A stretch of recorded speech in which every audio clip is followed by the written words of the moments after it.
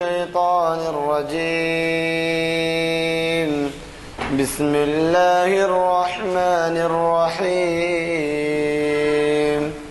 أفحسبتم أنما خلقناكم عبثا وأنكم إلينا لا ترجعون. فتعالى الله الملك الحق لا إله إلا هو رب العرش الكريم. ومن يدع مع الله إلها آخر لا برهان له به فإنما حسابه عند ربه إنه لا يفلح الكافرون. وقل رب اغفر وارحم وأنت خير الراحمين.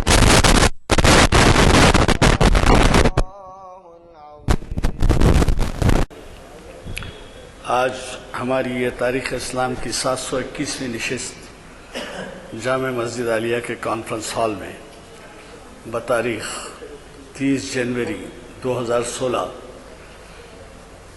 مطابق 19 ربیع الثانی 1437 ہجری بروز ہفتہ بعد نماز عصر منعقد ہو رہی ہے۔ اسے آپ کے جانے پہچانے مقرر ڈاکٹر میر اکبر علی افتخاری صاحب مخاطب کر رہے ہیں، اور انہوں نے بڑا ہی اہم عنوان دیا ہے جو آج کے دور میں ہم سب کو واقف ہونا اس سے ضروری ہے۔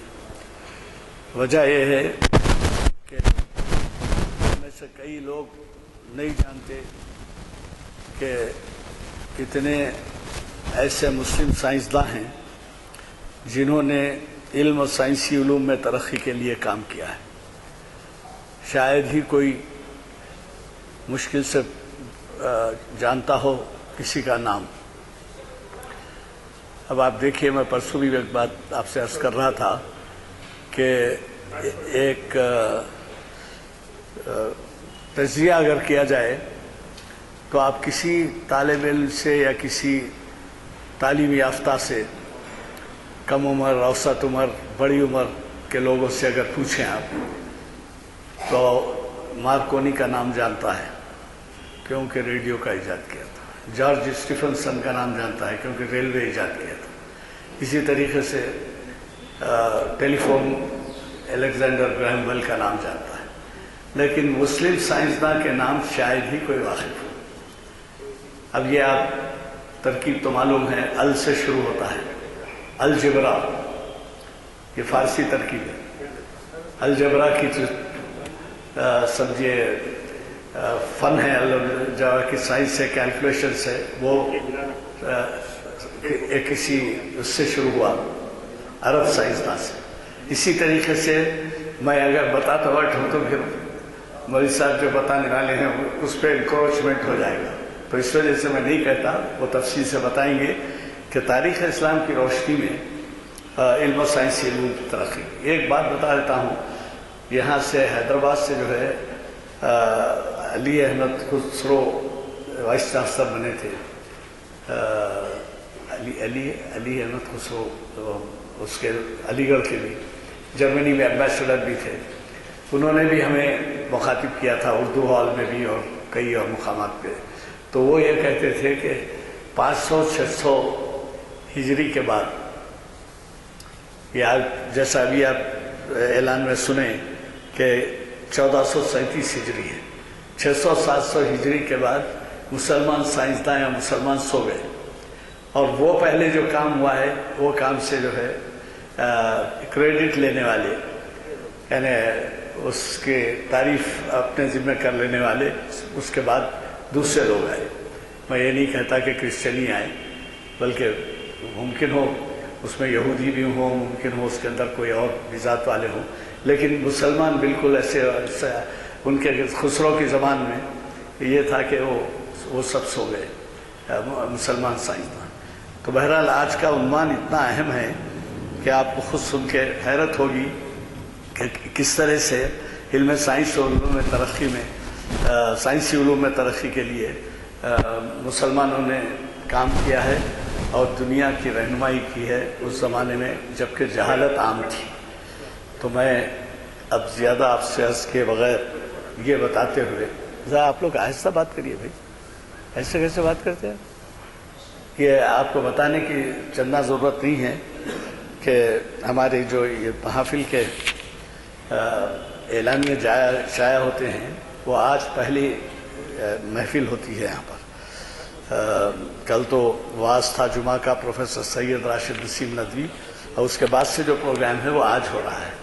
تو میرے خیال میں آپ ایسے اعلامیے لیتے جائیں اور اپنے اپنے حلقوں میں اس کو تقسیم کریں اور ہمارا ہاتھ بٹائیں تاکہ آپ کو بھی ثواب ملے اس کا، اور ہماری ہمت افزائی ہو کہ بھئی ایسے محافل کے اہتمام میں ہم دلچسپی ہماری جاری رکھ سکیں۔ تو میں اب بلا کسی تاخیر کے ہمارے آج کے مقرر جو انہوں نے کئی مرتبہ خطابات سے نوازا ہے اور جن کے خطابات اخبارات میں بھی نمایاں طور پر شائع ہوتے ہیں، تو وہ جو ہیں ڈاکٹر میر اکبر علی افتخاری صاحب آج کے مقرر، میں ان سے گزارش کرتا ہوں کہ وہ شہ نشین پر تشریف لائیں۔ اللہ وبرکاتہ۔ الحمد للہ رب العالمین والصلاة والسلام علی سید الانبیاء والمرسلین وعلی آلہ الطیبین الطاہرین واصحابہ الاکرمین رضوان اللہ تعالی علیہم اجمعین۔ حاضرین اکرام، اللہ تعالیٰ نے اور اس کے حبیب محمد مصطفیٰ صلی اللہ علیہ وسلم نے علم کو بہت زیادہ اہمیت عطا فرمائی ہے۔ وہ میں تمہیداً کچھ اور زیادہ نہیں کہوں گا، راست مطلب پر آ جاتا ہوں، عنوان پر آ جاتا ہوں۔ سرکار دو عالم صلی اللہ علیہ وسلم کی جب بعثت ہوئی مکے میں، تو مکہ ایک میٹروپولیٹن سٹی تھا۔ اس زمانے میں خال خال لوگ ہوا کرتے تھے، لیکن تاریخ میں لکھا ہے کہ مکہ شریف میں 10 لاکھ کی آبادی تھی، اور بہت زیادہ ترین، اور کیونکہ وہ میٹروپولیٹن سٹی تھا، خانہ کعبہ تھا، ہر شخص سے لوگ آ کر بس جاتے تھے۔ تو جس وقت سرکار دو عالم صلی اللہ علیہ وسلم کی بعثت ہوئی تو مکہ شریف کی آبادی 10 لاکھ کے قریب تھی، اور اس میں 15 یا 20 حضرات ایسے تھے جو پڑھ سکتے تھے، اور ان میں بھی چند ایسے تھے 10-12 جو لکھ سکتے تھے اپنا نام۔ تو یہ جہالت کا دور تھا، خود مکہ میں نہیں بلکہ ہر طرف یہی دور تھا کہ تعلیم سے کسی کو دلچسپی نہیں، اور تعلیم ایک ایسی چیز تھی جو ان لوگوں کے لیے نہیں تھی۔ اور سرکار دو عالم صلی اللہ علیہ وسلم کی بعثت اگر ہوئی ہے تو ایسی جاہل قوم میں کہ جس کے پاس تعلیم نہیں ہے، ذریع سی بات پر صدیوں لڑائیاں ہوتی تھیں، بلکہ نسلوں لڑائیاں ہوتی تھیں۔ تو چونکہ یہ تعلیم کا فقدان تھا اور تہذیب سے وہ ناآشنا تھے، اسی لیے ان لوگوں کو اجٹ قوم کہا جاتا تھا۔ تو وہ تاریخی شواہد دینا نہیں ہے کہ اجٹ قوم کیوں کہتے تھے، لیکن یہ ہے کہ پہلی چیز ان میں تعلیم کی کمی تھی، علم نہیں تھا۔ اس وقت جب سرکار دو عالم صلی اللہ علیہ وسلم تشریف لائے تو پہلی وحی آئی۔ ہونا تو یہ چاہیے تھا کہ پہلی وحی میں کچھ شہادت کا ذکر ہوتا، نماز کا ذکر ہوتا، یا کچھ ڈرانا کا بات ہوتی۔ اللہ تعالیٰ کے مسئلے دیکھیے، اللہ تعالیٰ نے جو پہلی وحی نازل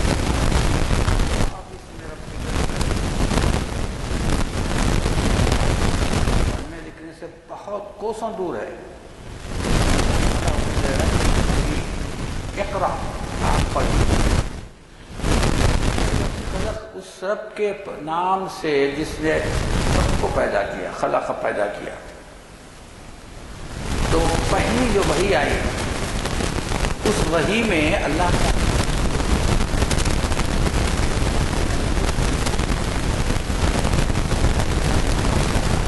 تعلیم کو تھا۔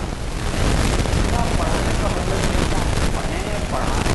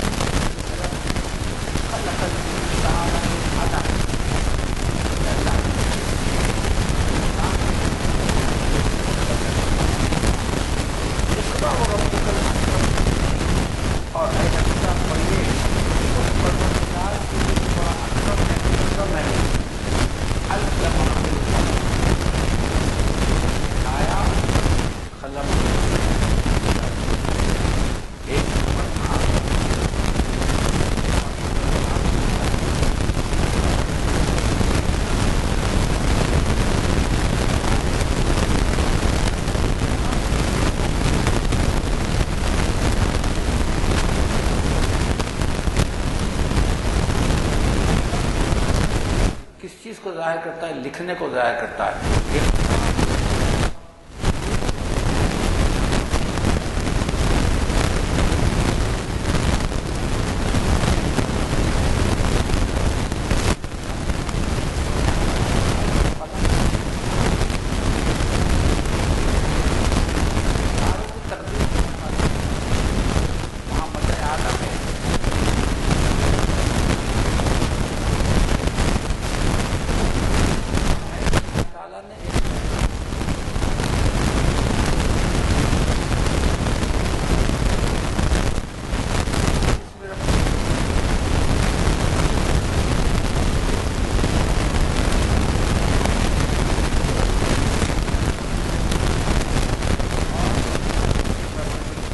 نے انسان کو ہر وہ چیز بتا دی ہے جو وہ نہیں جانتا۔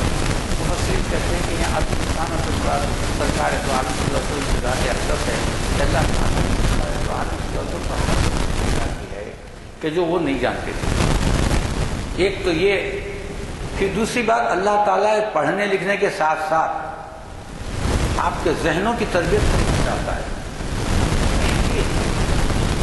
سوچنے صلاحیت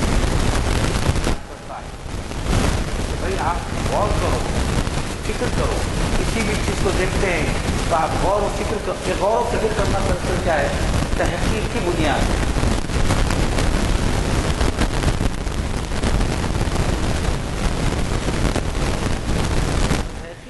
غور و فکر ہے کہ یہ کیسا ہو رہا ہوگا کوئی بھی معاملے میں۔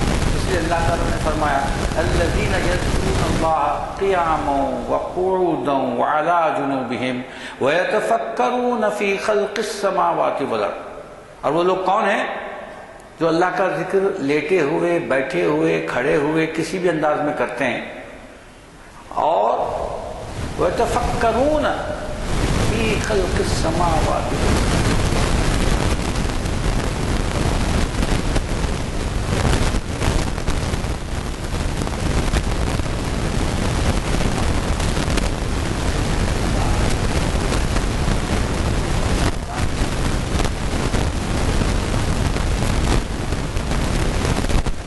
کے لیے علم کی ضرورت ہے۔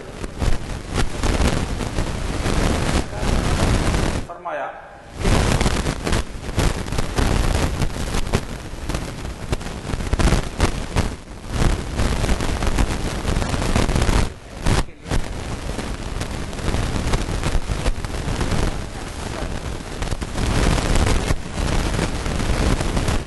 اور پھر لکھنے کے لیے قلم کی بات کر دی۔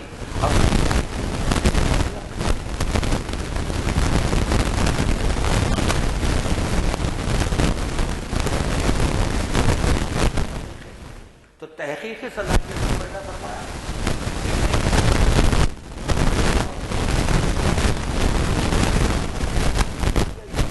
اسلام آیا تو وہ بہت سی چیزوں کے ساتھ ساتھ سرکار دو عالم صلی اللہ علیہ وسلم نے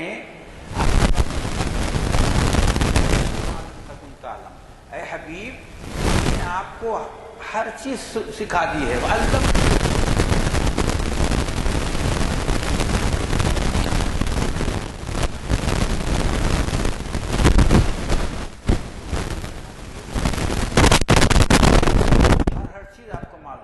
حضرت ابو سعید خدری رضی اللہ تعالیٰ عنہ ارشاد فرماتے ہیں کہ سرکار دو عالم صلی اللہ علیہ وسلم نے ہمیں یہ بتایا، تو سوچنے کی بات ہے، سرکار دو عالم صلی اللہ علیہ وسلم نے ہمیں یہ بتایا کہ پرندہ ہوا میں کس طرح پروں سے اڑتا ہے۔ یہ نیوٹن تھرڈ لا ہے۔ زمانے کے بعد نیوٹن تھرڈ لا آیا، لوگوں نے اس کی واہ واہ کی، لیکن اس کو دنیا کو نہیں معلوم کہ یہ لا دینے والے، اس کا اشارہ کرنے والے، اس کی اس بات کو فرمانے والے کون تھے؟ سب سے پہلے سرکار دو عالم صلی اللہ علیہ وسلم تھے کہ آپ نے بتایا کہ پرندہ کیسے ہوتا ہے۔ تو یہ ساری چیزیں سرکار دو عالم صلی اللہ علیہ وسلم علم کے لیے اتنی اہمیت دیتے، فرمایا طلب العلم فریضۃ علی کل مسلم و مسلمۃ۔ علم کا فرض کرنا ہر مسلمان عورت اور مرد پر فرض ہے۔ اب ہم علم سے بھاگ نہیں سکتے، وہ جہالت وہ خود چلے گئی، اور فرمایا اطلب العلم ولو علی بالسین، تم علم حاصل کرو چاہے کو چین میں بھی ملے، بھائی چین میں تو فقہ حدیث تفسیر تو نہیں ملے گی، وہاں نہ اسلام ہے نہ کوئی دینی علوم ہے۔ اب فرمایا کہ اگر تم کو علم حاصل کرنے کے لیے چین بھی جانا پڑے تو جاؤ، کیونکہ اس وقت عرب سے چین بہت دور تھا، تو وہ دوری کو بتانے کے لیے فرمایا کہ اگر تمہیں علم حاصل کرنا ہے تو کہیں بھی جاؤ۔ کیوں؟ علم دراصل مومن کا پوشیدہ خزانہ ہے، جہاں سے چاہے وہ لے لیتا ہے۔ تو ہم مومن ایسے ہونا چاہیے۔ یہ الگ چیز ہے کہ ہم روگردانی کر رہے ہیں، لیکن سرکار نے فرمایا کہ اگر تم کو، اور ایک جگہ فرمایا کن معلما، کہ تم معلم ہو جاؤ۔ اب معلم ہونے پڑھانے والے کے لیے تو بہت ضرورت ہے، کن معلما او متعلما، متعلم بن جاؤ، یعنی سیکھنے والے بن جاؤ، کسی استاد کے سامنے جاؤ اور سیکھو۔ او مستمیعن، فرض کرو معلم بھی نہیں بن سکتے، متعلم بھی نہیں بن سکتے، تو مستمیعن کم از کم ان کو سننے والے بن جاؤ، علماء کی محفل میں بیٹھنے والے بن جاؤ، ان کی صحبت میں بیٹھنے والے بن جاؤ اور ان کو سنو تو تم کو علم آئے گا۔ ولا تکن رابعہ، چوتھے مت بنو۔ اور چوتھے کون ہے؟ جاہل۔ جاہل کا نام گواہ، یہ ترغیب سلمان ہے کہ کس طرح اہمیت دیتا ہے کہ اللہ تعالیٰ ہے، تو یہ جاہل ہونا اللہ تعالیٰ کے پاس بھی پسندیدہ نہیں ہے۔ تو یہ ایک ایسا علم ہے جس کو ہم بولتے ہیں صاحب ایک علم نور ہے، جو اللہ کی طرف سے ملتا ہے، اور جو کوشش کرتا ہے ملتا ہے۔ ہم اگر کوشش نہیں کریں گے اور کہیں گے صاحب وہ علم مل جائے نہیں ملے گا۔ تو اب ہماری تاریخ شروع ہوتی ہے سرکار دو عالم صلی اللہ علیہ وسلم کی حیات مبارکہ سے، تو کیوں نہ ہم حیات مبارکہ سے دیکھیں گے کس طرح تعلیم کی اشاعت فرمائی۔ آپ نے سب سے پہلا کام یہ کیا، سب سے پہلا غزوہ ہوا۔ دیکھیے سرکار دو عالم صلی اللہ علیہ وسلم کتنے علم کو اہمیت دیتے ہیں۔ غزوہ بدر، مسلمانوں کو فتح ہوگی، مسلمانوں کو فتح ہونے کے بعد قیدی آئے، 70 قیدی آئے کفار مکہ کے، جس میں حضرت عباس بھی تھے، آپ کے چچا، بعد میں ایمان لائے۔ تو وہ آنے کے پاس بعض لوگ جو فدیہ دینا پڑتا ہے، اس زمانے کا تھا، قیدیوں کو اگر چھڑانا ہے تو پیسے دینا، جن کے پاس رقم تھی انہوں نے دے دیا۔ اب جس کے پاس پیسے نہیں تھے تو سرکار دو عالم صلی اللہ، تو اس زمانے کا طریقہ تھا کہ اگر فدیہ نہ دیا تو قتل کر دیا جاتا، یا تو آپ قتل ہو جاؤ یا پیسے دو۔ تو سرکار دو عالم صلی اللہ علیہ وسلم نے فرمایا کہ ٹھیک ہے، جو نہیں دے سکتے اگر ان کو پڑھنا لکھنا آتا ہے تو ہمارے بچوں کو پڑھا دو، یہی تمہارا فدیہ ہے۔ 3 سال تک ہمارے بچوں کو پڑھا دو، لکھا دو، یہی تمہارا فدیہ، بعد میں تم آزاد ہو جاؤ گے۔ اب دیکھیے آپ جنگ جیسی صورتحال میں آپ بجائے دولت کو معیار بنانے کے لیے آپ نے کیا فرمایا کہ جس کو پڑھنا آتا ہے، کیونکہ اس میں پڑھے لکھے کم تھے، جس کو پڑھنا آتا ہے وہ دوسروں کو پڑھا دے۔ تو بڑے بڑے صحابہ ان سے پڑھے، جیسے عبادہ بن صامت رضی اللہ عنہ، زید بن ثابت رضی اللہ تعالی عنہ، یہ ایسے بڑے یہ صحابہ تھے۔ زید بن ثابت تو بعد میں چیف جسٹس بھی بنے، لیکن ان کا عالم یہ تھا کہ انہی لوگوں سے سیکھے، کئی لوگوں سے انہوں نے ان لوگوں سے کئی لوگوں نے تعلیم حاصل کی اور علم حاصل فرمایا، اور سرکار دو عالم صلی اللہ علیہ وسلم خوش بھی ہوتے۔ مدینہ شریف، مسجد نبوی میں، چھوٹی سی مسجد تھی اس زمانے میں، مسجد نبوی میں ہر طرف گروہ، کچھ نہ کچھ گروہ بیٹھ کر باتیں ہوتی، کسی جگہ فقہی مسائل پر بحث ہوتی، کیونکہ صحابہ فقہ کی بات کرتے، کسی جگہ حدیث پر، سرکار دو عالم صلی اللہ علیہ وسلم کی حدیث کو یاد رکھنے کا گروپ ہوتا، تو سرکار نکلتے، سرکار دو عالم صلی اللہ علیہ وسلم خوش ہوتے کہ لوگ مصروف ہے، علم ہے۔ کہیں قرآن کی کوئی آیت ہوتی تو اس پر بحث ہوتی، کیونکہ مشہور مفسرین قرآن کی آیت میں حضرت عبداللہ ابن مسعود، عبداللہ ابن عمر، بڑے بڑے صحابہ ہیں، ان سے لوگ پوچھتے، ان سے استفادہ کرتے۔ تو یہ ساری محفلیں مسجد نبوی، دراصل مسجد نبوی ایک اسکول تھا جس کے اندر مختلف شعبے، ڈپارٹمنٹس تھے۔ کسی جگہ ڈپارٹمنٹ کا فقہ چل رہا ہے، کسی ڈپارٹمنٹ میں تفسیر ہو رہی ہے، کسی ڈپارٹمنٹ میں علم حدیث پر بحث ہو رہی ہے۔ تو سرکار دو عالم صلی اللہ علیہ وسلم نے مسجد نبوی کو صرف نماز گاہ نہیں بنایا، بلکہ علم حاصل کرنے کا منبع بھی بنا دیا۔ اور وہاں پر مرکز علم تھا کہ جہاں مختلف قسم اور جو لوگ ہوتے وہ آتے. قرات میں حضرت عبداللہ ابن مسعود بہت مشہور تھے تو آپ نے ان کو قرات پڑھانے کا دے دیا تھا. اصحاب صفہ آپ کو معلوم ہے کہ اصحاب صفہ میں کوئی آمدنی نہیں، کوئی کھانا نہیں، جو دے دیا کھا لیا، توکل ہوتا تھا. ان کو بھی پڑھانے کے لیے حضرت عبادہ ابن صامت اور زید بن ثابت رضی اللہ عنہ کو حکم دیا کہ تم یہ اصحاب صفہ کو پڑھو.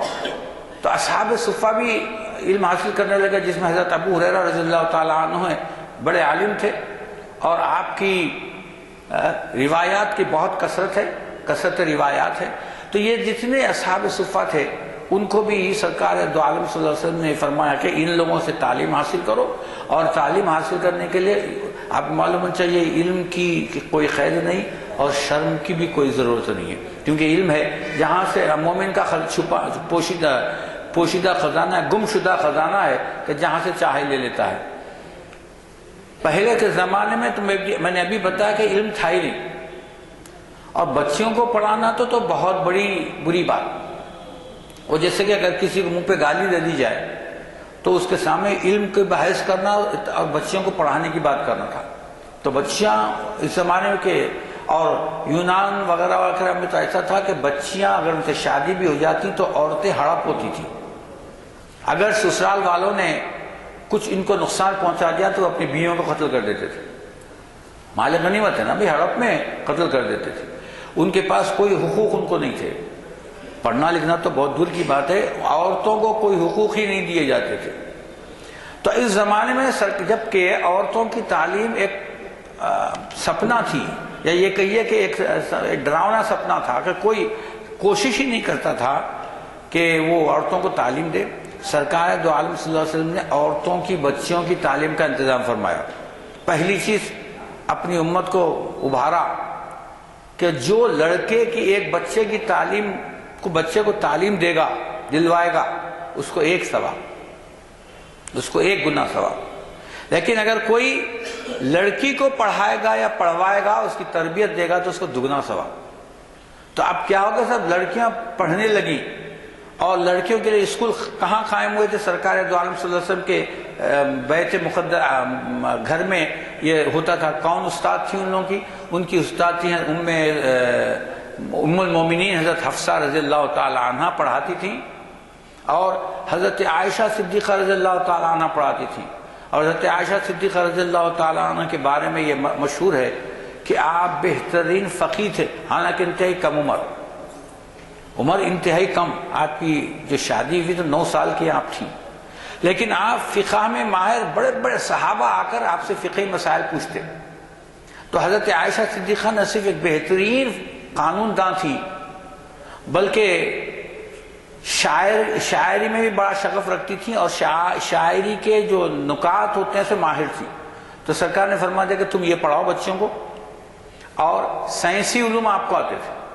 اب آپ اندازہ لگائیے کہ جس کی شادی 9 برس میں ہوئی ہو اور جس کی عمر بھی زیادہ نہ ہو، اور وہ عمر ہے کہ جس میں لڑکیاں کھیلتی کودتی اور رہتی ہیں، اس میں شاعری کا ذوق رکھنا، فقہ کا ماہر ہو جانا، سائنسی علوم پر عبور رکھنا، یہ کیسے ممکن ہو سکتا؟ اگر ہم آج سوچیں تو سب نہیں ہو سکتا. لیکن نگاہ مصطفیٰ صلی اللہ علیہ وسلم کا اثر تھا کہ حضرت عائشہ کو آپ نے عالمہ بنا دیا. تو آپ کی کئی روایات ہیں بخاری شریف میں، ہر جگہ ہیں. تو حضرت عائشہ کو حکم تھا کہ آپ بچیوں کو پڑھائیں، حضرت حفصہ کو حکم تھا کہ آپ بچیوں کو پڑھائیں. اور اس کے ساتھ ساتھ آپ کو سن کر حیرت ہوگی، شاید کبھی آپ نے سنا نہیں ہوگا، کہ سرکار دو عالم صلی اللہ علیہ وسلم نے ہاسٹل بنوائے بچوں کی تعلیم کے، کہ وہاں رہنا اور پڑھنا. آج ہمارے پاس کیا ہے، ہاسٹل بھی ہے، اسکولوں میں ڈے اسکالر بھی ہوتے. سرکار نے ان لوگوں کے ہاسٹل بھی بنائے، اور جو روز آ کر پڑھنا چاہتے ہیں ان کے لیے بھی اس کا انتظام فرمایا. مقصد یہ تھا کہ تعلیم عام ہو جائے. جب کسی کو گورنر بنا کر بھیجا جاتا تو سرکار دو عالم صلی اللہ علیہ وسلم ان کو فرائض کے ساتھ ساتھ یہ بتاتے کہ تمہیں وہاں جا کر تعلیم کی اشاعت بھی کرنا ہے. اور کیونکہ گورنر خود بہت قابل آدمی ہوتے تھے تو وہ لوگ اس کام کو انجام دیتے تھے. تو یہ تعلیم کا جو سلسلہ شروع ہوا سرکار دو عالم صلی اللہ علیہ وسلم کے زمانے اقدس سے شروع ہوا ہے، اسی لیے وہ تاریخ اسلام کا جز ہے۔ اب سرکار دو عالم صلی اللہ علیہ وسلم نے کیا کیا چیزیں تعلیم کے بارے میں فرمائی، میں آپ کو ایک ایٹ اے گلانس بتا دیتا ہوں۔ آپ نے تعلیم کا بڑا اچھا انتظام فرمایا کہ بھئی کون کس کے پاس جائے۔ سرکار نے فرمایا کہ کسی کو اگر معاشی امور کے بارے میں بات کرنا ہے، جس کو ہم آج کل اکنامکس کہتے ہیں، تو وہ میرے پاس آ جائے۔ تو سرکار دو عالم صلی اللہ علیہ وسلم اس لحاظ سے بہت بڑے اکنامکس بھی تھے کہ آپ نے فرمایا کہ جس کو اکنامک کے مسائل پوچھنا ہے وہ میرے پاس آئے، اور فرمایا کسی کو قرآن سیکھنا ہے، قرآن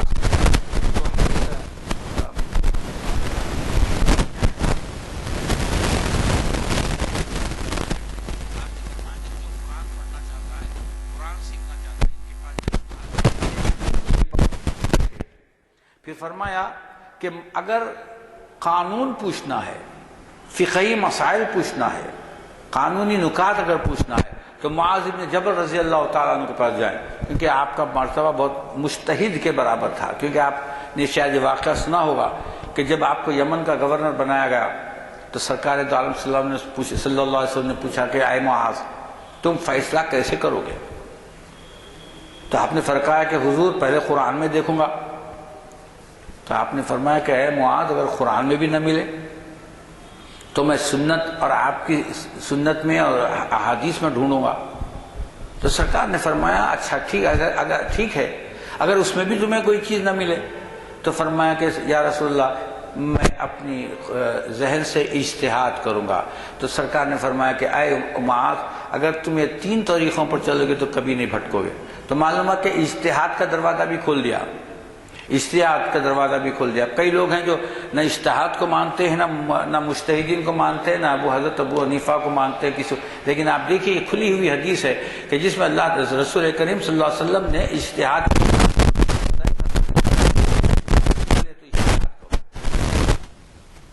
فرمایا قرآن پوچھنا ہے، قرآنی مسائل پوچھنا ہے، قرآن کے نکات کو پوچھنا ہے، اس لیے کہ عرب وہ ان کی زبان عربی تھی۔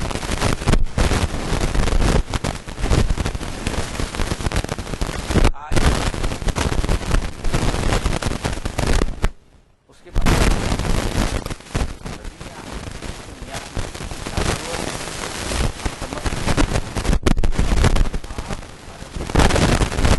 اور تفسیر کے لیے وہ آپ کو معلوم نہیں، مگر آپ اس کی تفسیر بھی کر رہے ہیں، اعتراض بھی کر رہے ہیں، ان کے لیے یہ یاد رکھنا چاہیے۔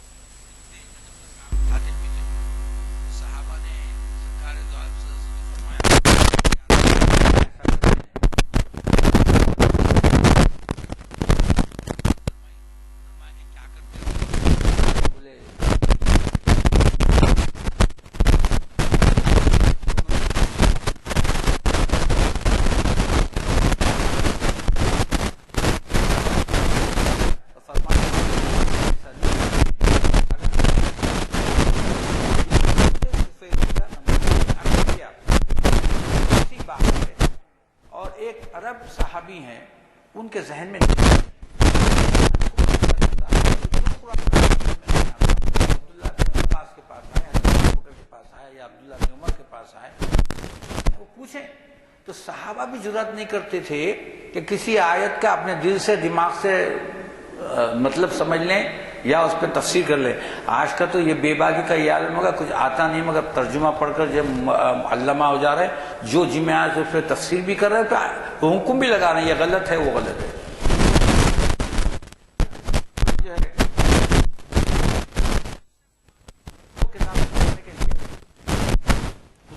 پڑھتے تھے تو سرکار صحابہ کے اطراف کی زبان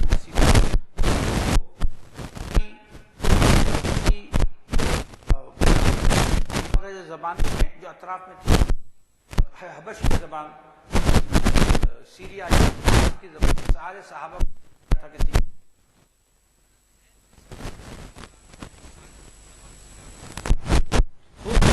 فارسی رضی اللہ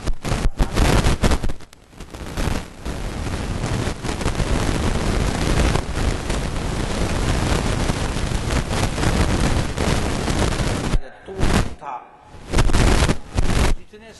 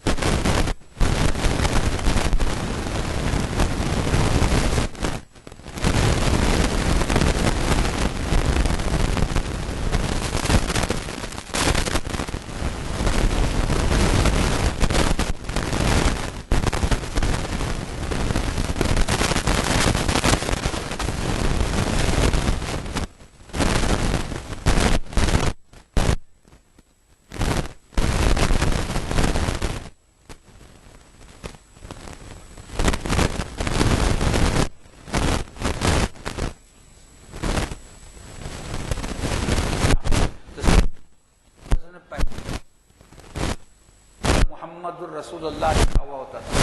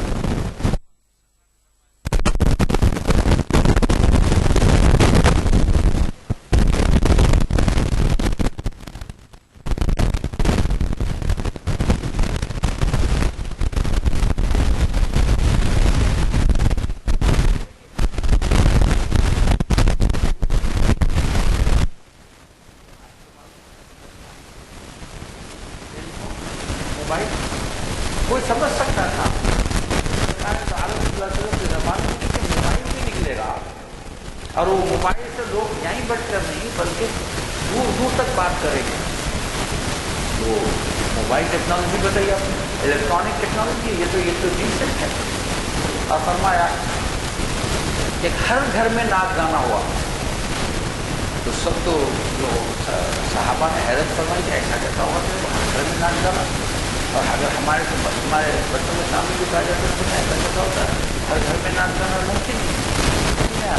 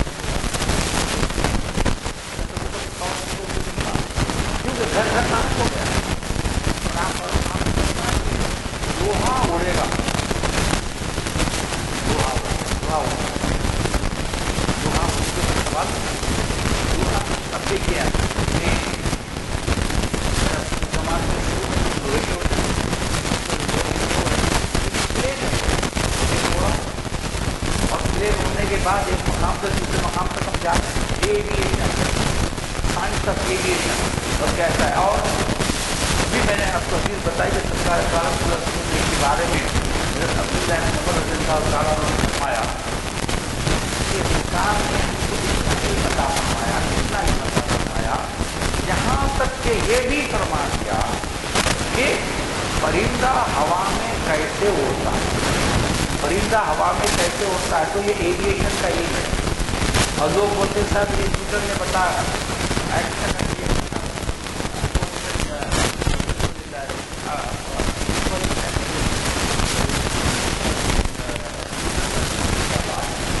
لوگ بولتے ہیں کہ سب ٹویٹر نے بتایا، اور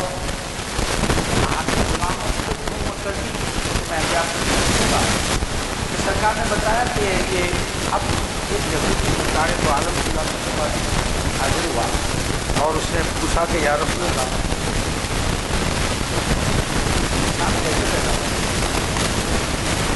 تو یونان کی پوری بہت مشہور ہے، یونان کا یہ بہت مشہور ہے. یونان کی پوری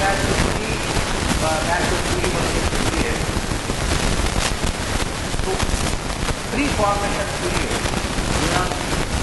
اس میں یہ کہا جاتا ہے تھا کہ صرف ماں پیدائش کے لیے ذمہ دار ہے، باپ باپ سے کچھ نہیں ہوتا، بس ایک طریقہ ہے لیکن ماں کے لیے ذمہ دار ہے. تو یہ کب تک چلتا رہا؟ 300 سال. یہ زمانے کے 300 سال پہلے تک یہ چلتا رہا. لیکن 300 سال 350 سال پہلے یہ بتایا گیا ہے ایسا نہیں ہے، بلکہ ماں اور باپ دونوں کے لیے ضروری ہے کہ بچہ پیدا ہو. ماں اور باپ کے لیے باپ کو ماں سے ایک دونوں ضروری پیدا ہے.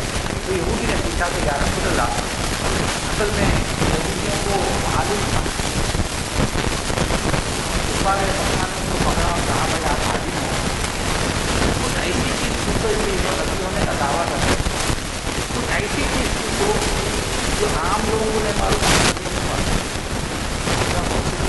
پوچھتا ہوں. تو بولا کہ ایک ایسی چیز پوچھوں ابھی معلوم ہو جائے گا کہ پوچھتا ہوں جو صرف نبی انبیاء جانتے ہیں. آیا پوچھا یا رسول اللہ، خیر یا رسول اللہ تو وہ نہیں کہتا تھا، اے محمد صلی اللہ علیہ وسلم بتائیے کہ انسان کیسے پیدا ہوتا ہے؟ تو آپ نے فرمایا کہ مرد کے پانی سے اور عورت کے پانی سے بچہ پیدا ہوتا ہے.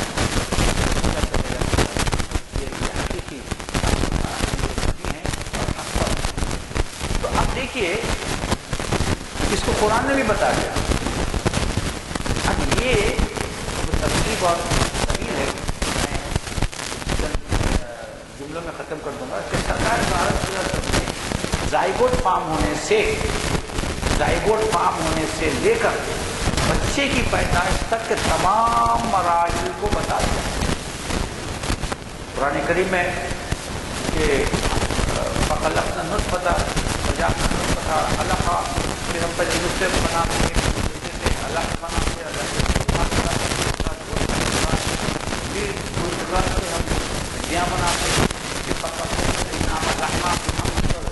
گوشت چڑھاتے ہیں۔ یہ سارے مراحل ہیں قرآن میں ہیں، مگر مراحل کے نام دے دیا اب کسی کو نہیں معلوم، اور پیٹ میں کیا ہو رہا ہے کسی کو بھی نہیں معلوم۔ سرکار دو عالم صلی اللہ علیہ وسلم نے ساری چیزیں بتا دی، یہاں تک کہ بتا دیا کہ 42 راتوں کے بعد بچے کو شکل دی جاتی ہے۔ یہ ساری چیزیں آپ نے بتا دی، بہت طویل ہے وہ۔ تو کیا کریے، جنیات جس کو کہتے ہیں، ایمبریولوجی جس کا علم کا نام ہے ایمبریولوجی، سرکار نے ایمبریولوجی بتائی۔ یہ ایمبریولوجی اب آپ انداز لگائیے کہ کہاں کون سے دن، کون سے گھنٹے اور کون سے مہینے میں کیا ہو رہا ہے، تو دیکھ ہی نہیں سکتا تھا۔ آج تو اصل تو بہت کیمراز ہیں، بہت سی چیزیں ہیں، سب نظر آ جاتی ہیں، لیکن اس وقت تو کچھ نہیں تھا۔ آپ نے ساری باتیں بتائیں تو وہ جو پری فارمیشن تھیوری تھی اس کو آپ نے رد فرما دیا، پری فارمیشن تھیوری رد فرما دی۔ جبکہ یونانی لوگ کہتے تھے، بہت یونانی بہت مشہور تھے، ارسطو وغیرہ وغیرہ ان کے پاس کے علماء تھے، وہ جو کہہ دیے وہ بس رد فرما دی۔ اور ہمارے مسلمان جو سائنسداں ہیں انہوں نے ایک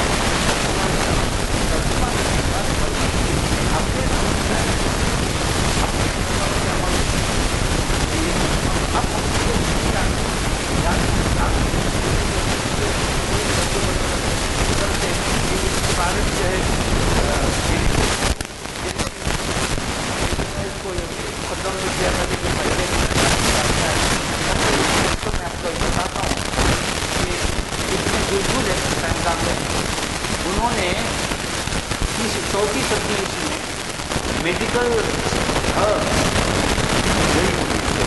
میڈیکل ہربس کے بارے میں انہوں نے بیان کیا. ابو جعفر بن الجزار انہوں نے علامات امراض بتائی، علامات امراض بتائی. اور عبداللطیف البغدادی اناٹومی کے حکمائے، تو اناٹومی پڑھنا بہت بڑا گناہ تھا. حضرت عبداللطیف بغدادی نے اناٹومی بتائی اور اناٹومی کے تمام اصول بتائے. ابن سینا آپ کو جانتے ہیں کہ جب سنا ہوگا ابن سینا نے جو ان کی کتاب قانون کی صرف اتھینٹک ہے. پھر انہوں نے جو آزاد سرجری بنایا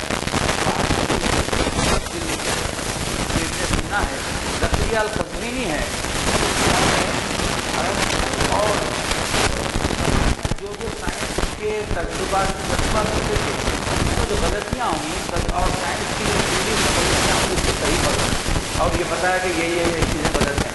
حالانکہ رسول کے ساتھ بولنا تو بہت بڑا جرم تھا، آپ نے بتایا. اور اسی طرح حمداللہ اسکلوینی نے جدید طب کو بتایا اور سب سے بڑا آپ کا کام یہ ہے پھیپھڑوں کا اور دل کا کنیکشن بتایا، اسی کو اپنی مالی کا پھیپھڑ اور دل میں کیا ہوتا ہے. اور اس کے ساتھ ابن نفیس انہوں نے کیا کیا، جریان خون کو بتایا کہ بریدیں ہوتی ہیں اور شریانیں ہوتی ہیں، شریانوں میں صحیح صاف خون ہوتا ہے، بریدوں میں نہیں ہوتا ہے. تو جب پھیپھڑوں عارضے کا نام سے لگ گیا ہو، لیکن وہ تھے ابن نفیس. علی بن عیسیٰ نے امراض چشم بتایا، امراض چشم پہ وہ اتھارٹی تھے. علی بن عیسیٰ. البیرونی نے 11ویں صدی میں نظام شمسی کا، ابھی جو میں نے کہا وہ نظام شمسی کو بتایا. ابو القاسم الزہراوی ریاضی کا ماہر تھا، الجبرا کا ماہر تھا، اس نے الجبرا بتائی. البطانی یہ جیومیٹری اور ٹریگنومیٹری کا ماہر تھا. ٹریگنومیٹری سے بچے بہت ڈرتے ہیں، سائن تھیٹا کاس تھیٹا وغیرہ جو ٹریگنومیٹری ہے وہ اس کو اس زمانے بتائی، اب نہیں. اور ابن حیثم ہے کہ جس نے آپٹکس کا مطلب ہے آپ دوربین وغیرہ وغیرہ اور جتنی چیزیں ہیں اور جو بھی جیسے یہ بھی آپٹکس میں آتے ہیں، سارے آپٹکس انہوں نے بتائی. تو اور آپ نے ان کے اصول بتائے، دوربین کے اصول بتائے. بعد میں ان لوگوں نے اس کو ڈیولپ کیا اور اپنے نام سے ڈیولپ کر لیا. اور الکندی ہے یہ طبیعت کا ماہر تھا، فزکس، اس زمانے فزکس کا ماہر تھا. تو الکندی کے بھی کام ہیں. ابن حبان ہے، یہ ابن حبان کیمسٹری کا ماہر تھا. انہوں نے کیمسٹری کو فروغ دیا، بلکہ کیمسٹری کو ایجاد تو نہیں بول سکتے لیکن آپ نے کیمسٹری کو بہت بڑا کنٹریبیوشن ہے. اور ایک جو بڑی لطف کی بات یہ ہے کہ ابن حبان حضرت امام جعفر الصادق رضی اللہ تعالیٰ عنہ کا شاگرد تھے. تو معلوم ہوا کہ حضرت امام جعفر الصادق رضی اللہ تعالیٰ عنہ نے ابن حبان کو کیمسٹری سکھائی. تو کیمسٹری کے جو بانی ہیں وہ حضرت امام جعفر الصادق رضی اللہ تعالیٰ عنہ. تو یہ ایسے، یہ تو میں نے نمونتاً آپ کے سامنے کیا. اگر لسٹ لکھنے جائیں تو سینکڑوں ہزاروں نام آ جائیں گے کہ جنہوں نے سائنس میں. اور اب یہ سوال ہے کہ یہ ان کا نام ڈوب گیا. تو میں نے ابھی بتایا کہ یہ سلیبیوں کا کام ہے کہ انہوں نے اس چیز کو ڈبا دیا ہے. وقت بھی ختم ہو رہا ہے. ربنا تقبل منا انک انت السمیع العلیم وتب علینا انک انت التواب الرحیم. صلی اللہ تعالی علی خیر محمد و آلہ وصحبہ اجمعین والحمد للہ رب العالمین. تاریخ اسلام سے واقفیت رکھتا نہ دلچسپی رکھتا، ورنہ جس عنوان کے تحت محفل ہے تاریخ اسلام کی، ان محافل میں اگر وہ شریک ہوں نوجوان تو آپ ہی اندازہ لگائیے کہ ان کے علم میں کس قدر اضافہ ہو سکتا ہے. اور آج کل مسابقتی دور کہتے ہیں، کمپٹیشن کے دور میں کسی بھی شعبے میں جائیے آپ، چاہے وہ ملازمت ہو، تعلیم ہو، اعلیٰ تعلیم ہو، بیرون ملک کی تعلیم ہو یا دینی مدرسوں کی تعلیم ہو، کسی جگہ بھی جائیے، لیکن جنرل نالج کی بڑی اہمیت ہے. اور ہمارے طالب علم جنرل نالج سے بالکل دلچسپی نہیں. اب جا کے دیکھیے جنرل نالج کے بارے میں کئی جگہ سے مقابلوں کے دعوت نامے آتے ہیں، اشتہارات آتے ہیں کہ اب ہمارے پاس جنرل نالج ہو رہی ہے، یہ کمپٹیشن ہو رہا ہے، اس کے اندر میاں بھائی سب رہے کیونکہ دلچسپی نہیں. اور میں آپ سے جو عرض کیا ابھی کہ ان سے اگر پوچھا جائے کہ ریڈیو کس نے ایجاد کیا تھا تو ہم تو نام لے لیے، وہ بھی نام لے سکیں گے. ٹرین ریلوے کس نے ایجاد کیا وہ بھی نام لے سکیں گے، شاید چند گنے چنے لیں گے، لیکن عام طور پہ دلچسپی نہیں.